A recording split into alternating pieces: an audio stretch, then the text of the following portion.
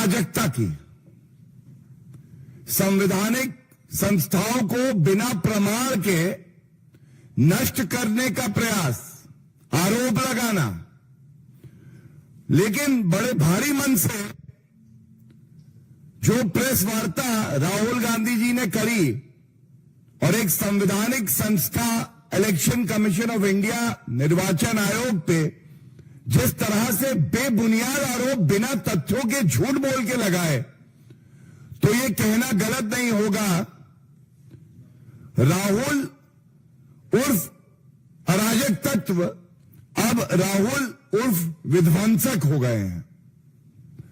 अब वो विध्वंस करना चाहते हैं संवैधानिक संस्थाओं का, भारत के लोकतंत्र का, और बड़ी जिम्मेदारी से मैं एक बात कहना चाहता हूं, पूरा देश आज कह रहा है कि क्या नेता प्रतिपक्ष को यह शोभा देता है आपके कोई भी आरोप हो, आपको हक है अपने आरोप लगाने का भी और मुद्दे उठाने का भी, लेकिन धमकी देना, क्या नेता प्रतिपक्ष किसी भी संवैधानिक संस्था को धमकी दे सकता है? तो पहला मुद्दा जो इस प्रेस वार्ता में मैं उठाना चाहूंगा, नेता प्रतिपक्ष के लिए अशोभनीय है, निंदनीय है, पीड़ाजनक है हमारे लिए कि वो संवैधानिक संस्थाओं को अब धमकी देने लगे हैं और उनकी पूरी प्रेस वार्ता, उनके सारे बिंदु बड़े ध्यान से हमने अध्ययन किया और यह कहना गलत नहीं होगा, बिना प्रमाण, बिना तथ्य, बिना सबूत झूठ का कारोबार करने के लिए राहुल उर्फ विध्वंसक आरोप लगा रहे हैं। और पूरी तैयारी से मैं आया हूं, आपके सामने तथ्य रखूंगा और जनता तो ये मान चुकी है कि राहुल गांधी जी अपरिपक्व, विध्वंसक, गैर जिम्मेदार और भारत के लोकतंत्र को कमजोर बनाने के लिए ही वक्तव्य देते हैं। सबसे पहले, क्या नेता प्रतिपक्ष, कोई सांसद जिसने संविधान की शपथ ली है, वह संवैधानिक संस्थाओं के खिलाफ जंग छेड़ सकता है इस तरीके से? आप मोडस ऑपरेंडी समझिए उनका। क्या मोडस ऑपरेंडी है? पहले, क्योंकि विश्वसनीयता नहीं है, भ्रष्टाचारी है, बेल पे बाहर है, कांग्रेस पार्टी घोटालेबाज है, चुनाव हार जाते हैं।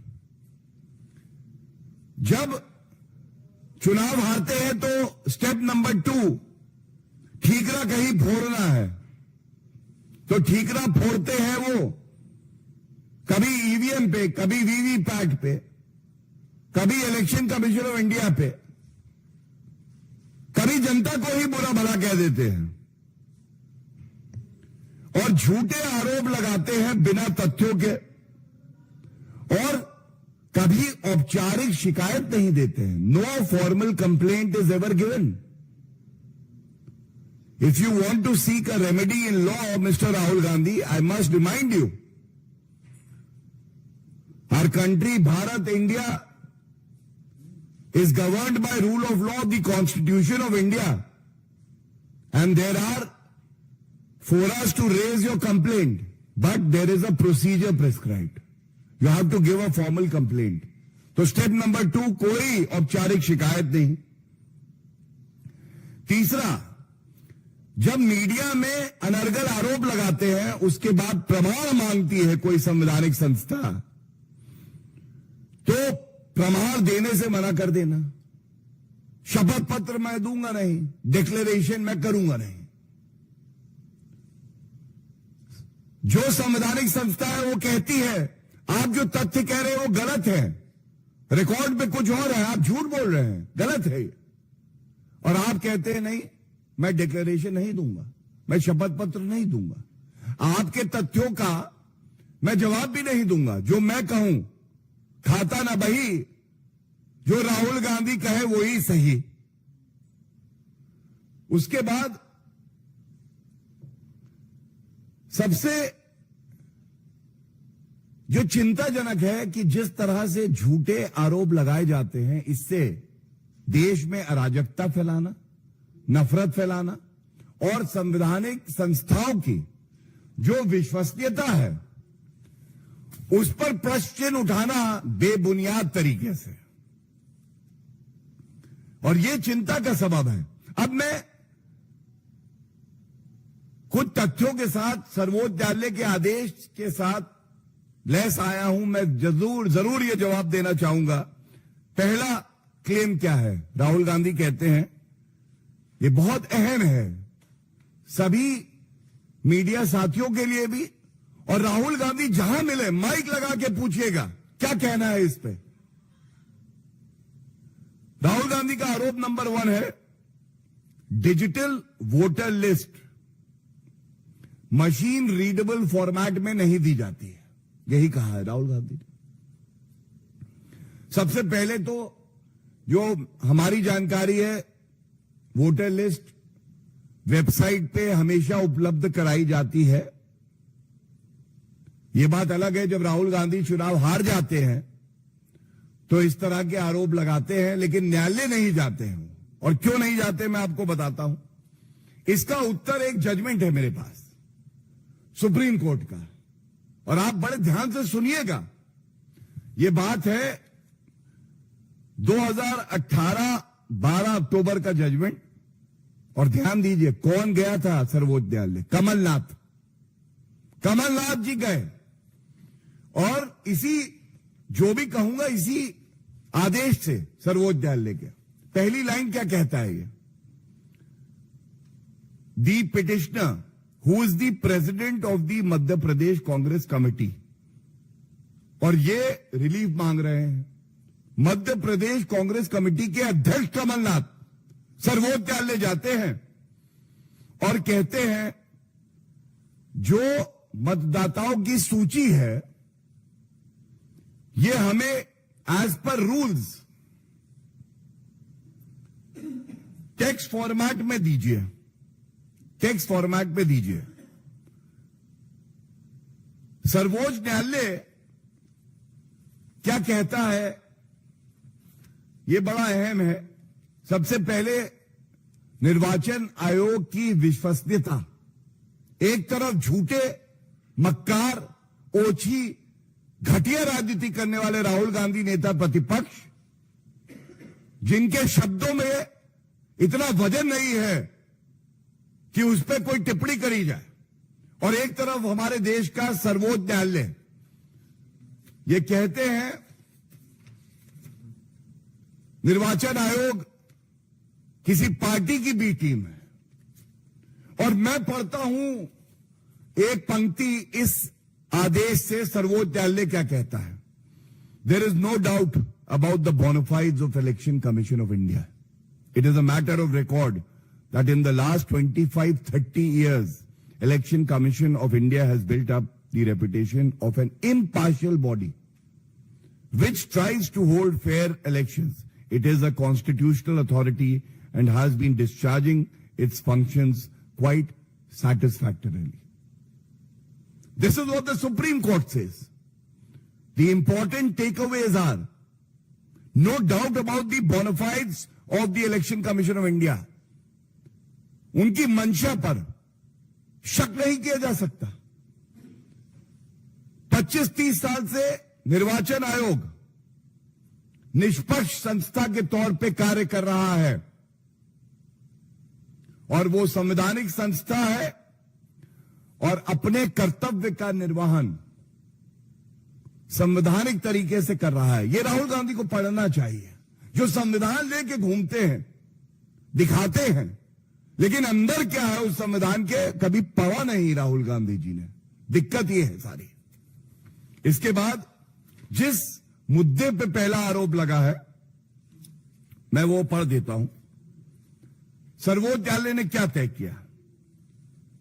सर्वोच्च न्यायालय ने तय किया, it is for election commission of India to decide about the format in which the draft electoral roll is to be published.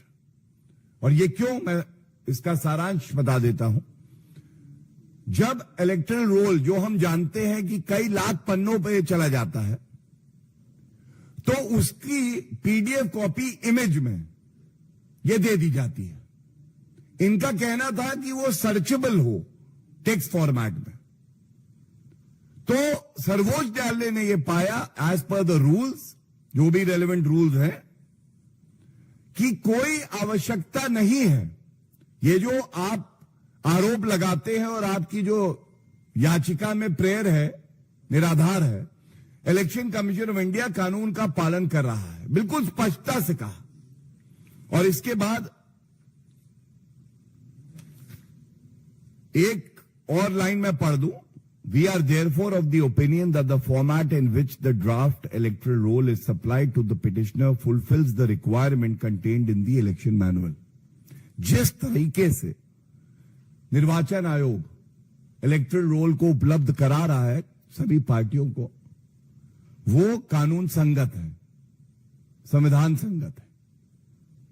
It may be added, और ये बहुत अहम है, अगर कांग्रेस पार्टी, जो कि चुनाव हारती है क्योंकि विश्वसनीयता नहीं है, और उनको लगता है कि उनको इलेक्टोरल रोल को बदलना है, तो सर्वोच्च न्यायालय ने भी कहा, और इसको मैं आपके समक्ष रखूंगा। सर्वोच्च न्यायालय ने कहा, it may be added that if the petitioner so wants he can always convert it into searchable mode, which of course would require him to put his own efforts.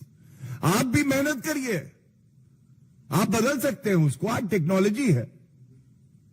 अब राहुल गांधी जी अगर टेक्नोलॉजिकली साउंड नहीं है, तो इसमें भारत का लोकतंत्र कुछ नहीं कर सकता, लेकिन बदला जा सकता है, यह सर्वोच्च न्यायालय कह रहा है। तो इसलिए पहले मुद्दे पे मुंह की खाई, गलत तथ्य बोल के गलत आरोप लगाना राहुल गांधी की आदत है। दूसरा, राहुल गांधी जी पुनः अपने विध्वंसक अवतार में कहते हैं, सीसीटीवी फुटेज जो है ये नष्ट कर दिया गया। कोई भी चुनाव हो, सीसीटीवी फुटेज नष्ट कर दिया जाता है, कोई प्रमाण ना बचे। मैं इतना ही कहूंगा, अपरिपक्वता की पराकाष्ठा। कानून हम पढ़ेंगे नहीं, मेहनत हम करेंगे नहीं, आरोप हम पूरे लगाएंगे। और ठीक है, राहुल गांधी अपरिपक्व हैं, मेहनत नहीं करना चाहते, पढ़ना लिखना नहीं चाहते, लेकिन अधिवक्ताओं की एक फौज है कांग्रेस पार्टी में। चुनौती दे रहा हूं, क्यों नहीं उत्तर देते इस बात का?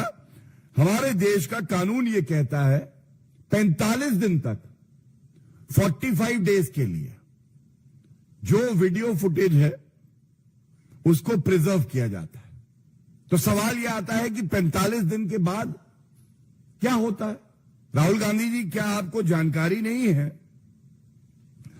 अगर election petition, representation of people's act, जो हमारे देश का कानून है, उसमें याचिका दायर कोई कर दे कि भाई मुझे आपत्ति है, चुनाव सही नहीं हुआ, तो वो फुटेज जो है प्रिजर्व कर लिया जाता है 45 दिन के बाद भी, और न्यायालय आदेश दे सकता है। तो ऐसा नहीं है कि 45 दिन के बाद सारा फुटेज नष्ट कर दिया गया। अगर आप सजग हैं और आपको लगता है कि चुनाव कहीं ठीक से नहीं कराया गया, तो आप पहली चीज तो इलेक्शन पिटीशन फाइल करेंगे, और आप जब फाइल करेंगे तो वो video footage, CCTV footage preserve कर लिया जाएगा। न्यायालय आदेश दे सकता है। तो क्या राहुल गांधी जी को यह बात नहीं पता है? क्या राहुल गांधी जी को यह भी नहीं पता है कि जब चुनाव हो रहे होते हैं तो जो प्रत्याशी होते हैं उनके पास एक्सेस होता है, सीसीटीवी फुटेज देख सकते हैं वो? क्या नहीं पता राहुल गांधी को? और सबसे महत्वपूर्ण बात यह है, निर्वाचन आयोग इस कानून के तहत क्यों चल रहा है, और हमारे जो कानून है देश के वो ऐसे क्यों हैं? जो राइट टू प्रिवेसी है, ये बहुत बड़ा राइट है, ये फुटेज जो है मिसयूज ना हो, किसी भी नागरिक को इससे तकलीफ ना हो, यह सुनिश्चित करने के लिए भी है। तीसरा, राहुल गांधी जी ने कहा फर्जी वोटिंग और मैनिपुलेशन वोटर लिस्ट में किया जा रहा है, और ये चाहे बिहार में एसआईआर हो, चाहे महाराष्ट्र हो, चाहे कर्नाटका की बात करें, हर जगह इस तरह के आरोप लगाते हैं। तो मैं ये बता दूं, हमारे देश के कानून में सेक्शन 24 है, रिप्रेजेंटेशन ऑफ पीपल एक्ट 1950। अगर आप कोई भी संदेह के घेरे में हैं तो आप अपील फाइल कर सकते हैं, और उसके बाद अगर आप डीएम के सामने जब अपील जाए नहीं संतुष्ट है तो एक और अपील वो सीईओ जो स्टेट का होता है उसके सामने कर सकते हैं। और इससे पहले जब राहुल गांधी चुनाव की बात करते हैं तो उनको पता होना चाहिए 36 राज्य और यूनियन टेरिटरीज चुनाव खत्म हुए और कोई भी अपील एक प्रदेश को छोड़ के नहीं फाइल की गई। एक प्रदेश केवल था जहां पे फाइल की गई थी। और ये ऐसा नहीं है कि केवल कांग्रेस पार्टी ने अपील करी, 89 अपील्स आई, और ये महाराष्ट्र था, और यहां पर भाजपा ने भी कानून संगत तरीके से अपनी बात को रखा और अपील फाइल करी। तो राहुल गांधी जी को यह सब पता होना चाहिए किस तरीके से देश का कानून कार्य करता है, और आपको कानून के दायरे में रह के ही अपनी बात को रखना चाहिए। अंत में एक है थ्रेटनिंग ऑपोजिशन पार्टीज, ये चार्ज लगाया है, और निर्वाचन आयोग एजेंट है एक पार्टी का, ये कहा है राहुल गांधी ने। इन दोनों का उत्तर मैं दे दूं। सबसे पहले तो राहुल गांधी जी धमकी देने का काम अगर कोई कर रहा है निर्वाचन आयोग को तो वो आप स्वयं कर रहे हैं, आपके प्रवक्ता कर रहे हैं। और निर्वाचन आयोग ने हमेशा, चाहे वो ईवीएम पे जब आपने सवाल उठाए तो चैलेंज दिया कि आइए और दिखाइए कैसे हैक हो सकती है, तो आप नहीं गए। चाहे आपका आरोप, और आरोप देखिए कितना बेबुनियाद हो सकता है। मैं आपको ये बताना चाहूंगा कि राहुल गांधी जी किस तरीके से आरोप लगाते हैं। राहुल गांधी जी ने 3 फरवरी 2025 को कहा कि महाराष्ट्र में 70 लाख वोटर बढ़े हैं, 70 लाख, 3 फरवरी 2025। 7 फरवरी 2025 को प्रेस वार्ता में राहुल गांधी स्वयं कहते हैं कि 39 लाख वोटर बढ़े हैं, 39 लाख। लेकिन बिहार का चुनाव आता है, और बिहार में जब राहुल गांधी जाते हैं 9 जुलाई 2025 को, कहते हैं कि 1 करोड़ वोटर बढ़े हैं, 1 करोड़। मैं ये पूछना चाहता हूं आज यहां से, इलेक्शन कमीशन ऑफ इंडिया ने अपने जवाब में, जो मैं लेके आया हूं मेरे समक्ष है, 24 दिसंबर 2024 को प्रेस रिलीज में बताया 40 लाख वोटर फाइनली बढ़े हैं। तो आप सोचिए, राहुल गांधी का सफर 39 लाख, फिर उसके बाद 70 लाख, और ये संसद के पटल पे, और उसके बाद 1 करोड़ बिहार में प्रदर्शन करते हुए, और अगले दिन सर्वोच्च न्यायालय में मामला लंबित था, लगा हुआ था, लेकिन प्रदर्शन कर रहे 1 crore voter, 1 crore voter. Election commission कह रहा है 40 लाख। राहुल गांधी जी इतने कंफ्यूज्ड क्यों हैं? राहुल गांधी जी इतना झूठ क्यों बोलते हैं? राहुल गांधी जी, हम गलत है ना, चुनौती स्वीकार करिए, निकलिए जहां छुपे हुए हैं। कृपया करके, मैंने तारीख के साथ बताया, उत्तर दीजिए देश को कि आप किस तरह से महाराष्ट्र के संदर्भ में भी झूठ बोल रहे हैं। और अगर निर्वाचन आयोग का आंकड़ा, जो कि मैंने आपको तिथि के साथ बताया, गलत था,